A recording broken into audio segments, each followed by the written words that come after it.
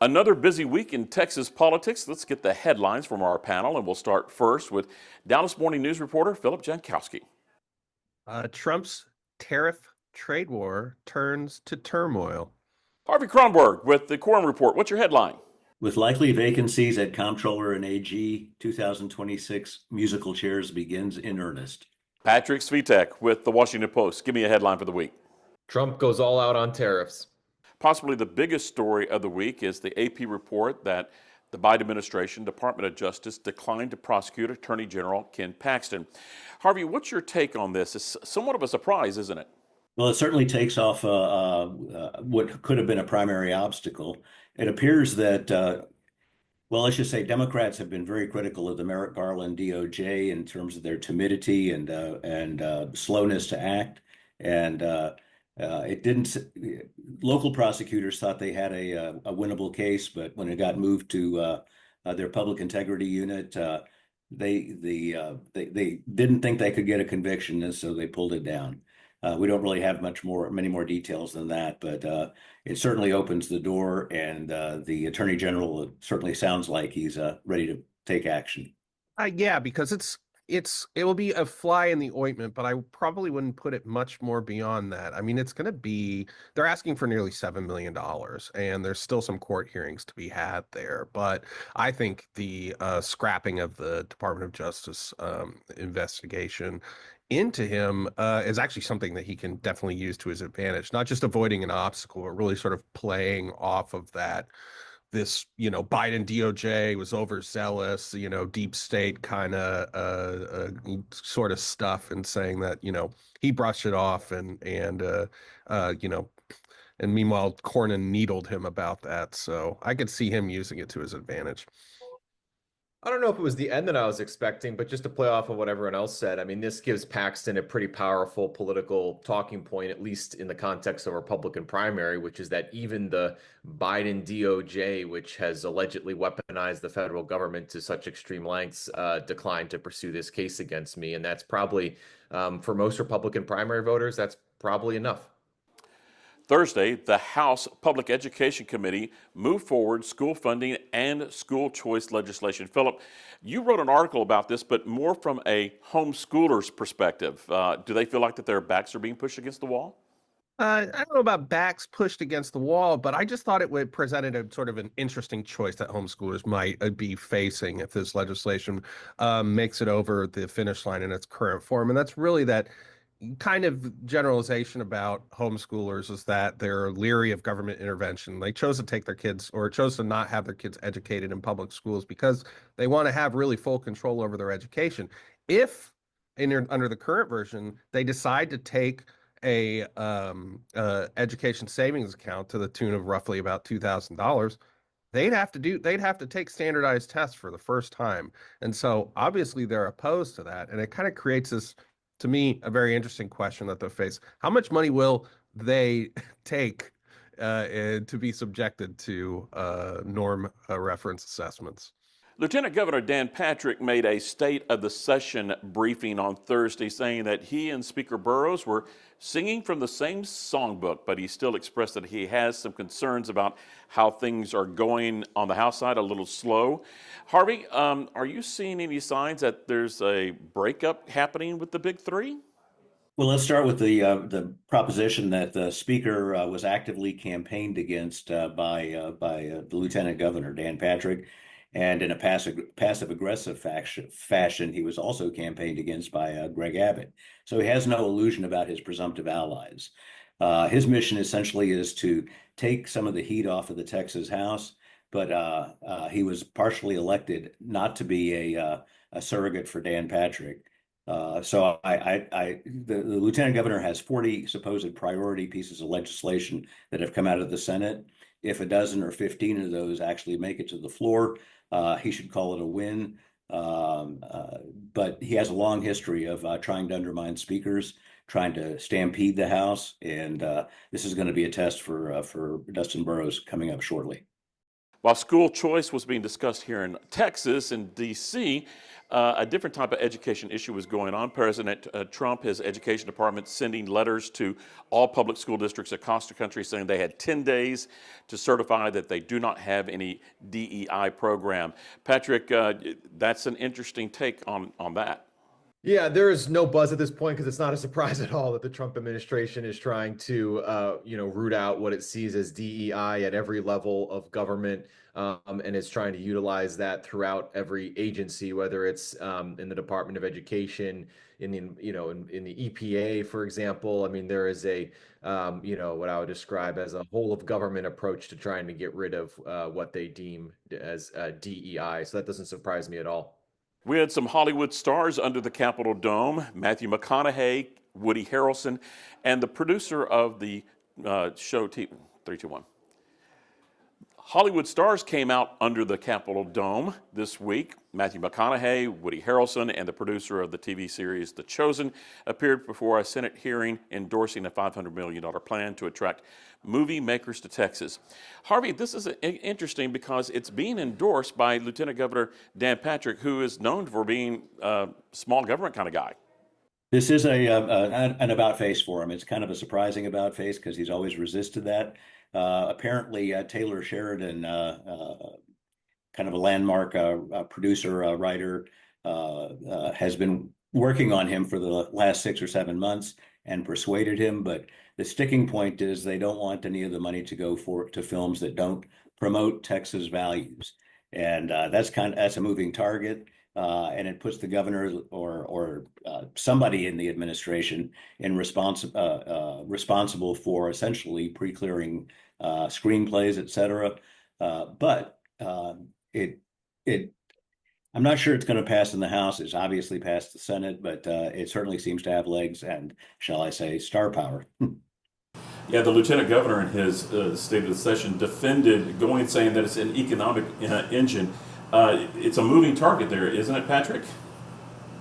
Yeah, absolutely, and we've seen certainly a shift from him, not only on this issue, but I think if you rewound to several years ago, a number of Republicans at the Capitol would be uncomfortable with this idea of tax incentives or other kinds of alleged handouts to various industries, giving them what they would call an unfair advantage.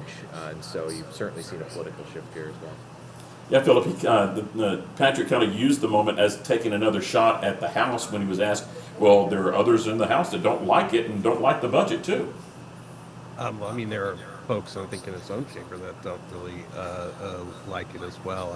Harvey touched on it a bit, and I think it's worth pointing out that Taylor Sheridan was not at the hearing. We're actually a couple of folks, Donna Campbell and Paul Betancourt, senators, took aim at the F-bombs and taking the Lord's name in vain in his show, and particularly the show Landman, Billy Bob Thornton vehicle. But I agree that this one, to me, Patrick, does seem a bit out of character for him. And the hardliners, there are still hardliners that still hold that sort of ethos that there shouldn't be any sort of government intervention into business, film or otherwise.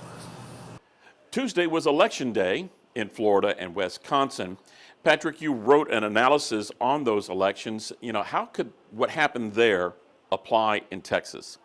Yeah, you never want to read too much into a special election, especially in other states. But the through line, throughout these three races in Wisconsin and two of them in Florida was Democratic overperformance, which isn't necessarily surprising. You're seeing Democrats very energized against the opening weeks and months of the Trump administration right now. In the Wisconsin Supreme Court race in particular, you saw the role of Elon Musk really backfire. He got very, very involved in that race, campaigning in Green Bay, Wisconsin, I think on the Sunday before the election. And it wasn't a surprise that it didn't really he didn't really translate to political success. We've seen polling everywhere, whether it's national polling or state level polling, that shows that he's not particularly popular among voters, and that his efforts with the Department of Government Efficiency are not really popular either. And so if you're looking forward to the race in Texas, I think all candidates are probably thinking about how much to embrace Elon Musk and to embrace the Doge efforts, especially as we're seeing, impacts in local communities. Philip, it's hard to basically apply other states' events to Texas because Texas is such a different animal. But I have heard some conversations from other Texas analysts that say that Republicans should take note. The margins were not as big as what they were back in November. Yeah, they definitely are right to take note, and it is going to, as Patrick said, it's going to create a real calculus if Musk decides that he wants to get involved as much as he does. I also think that Republicans, I know it's early, but I mean, if you're paying attention to the markets, I mean, it's Friday morning, and we're already seeing major things happening because of the tariffs. And if in the next 18 months or so, if that really bears out the way that some economists think that it might, i.e. a recession, 2026 could be a very interesting year for Republicans. I mean, if the Trump blowback is even worse than it was in 2018, you're going to have a lot of statewide races that are going to be have margins that are not comfortable for Republicans. President Trump's tariff war certainly has a lot of people on Wall Street shaking in their Gucci shoes. Harvey, you're concerned that this could have a ripple effect on the Texas budget. Well, I've been singing this song since the election. If 50%, I wrote originally, if 50% of what Trump was proposing passed, it would be devastating to the Texas revenue streams. Just think of one instance. We've got over 1,700 auto assembly lines here in Texas that depend on just-in-time parts from Mexico. Just that one industry, if they have a 10% slowdown, there's going to be layoffs, unemployment. Our biggest trading partner is Mexico. 53% of our revenue stream comes from sales tax, and sales year-over-year growth is essentially flatlined before the tariffs. It would not be unreasonable to presume a major decrease in sales tax revenues. What's interesting in light of all of that is that the lieutenant governor is proposing $3 billion for a dementia fund, his $500 million for film incentives, and he's talking about getting rid of the lottery, which is $3 billion hole. The Department of Education, if it falls, is an $8 billion hole in the budget. The bottom line is that I think 2026, any way you look at it, is going to be a severe budget cutting session. We only have six senators that were here for the last one in 2011, and only 18 House members that were here in 2011. And nobody is even thinking in terms of anything preparatory for that. In fact, spending increases seem to be all over the map. There were several other issues that made headlines this week. They include congressional Democrats going down to the Texas border, a package of bills moving out of the House responding to the Panhandle fire, but none calling for a Texas firefighting Air Force. Lieutenant Governor Dan Patrick, in bragging that the Senate has moved more than 200 bills to about 10 in the House, noted that they have passed proof of citizenship to vote, another bill requiring sheriffs in Texas to cooperate with ICE agents. Dan Patrick also said he's still pushing to give seniors a $200,000 homestead exemption. Philip, any sleeper issues come up for you?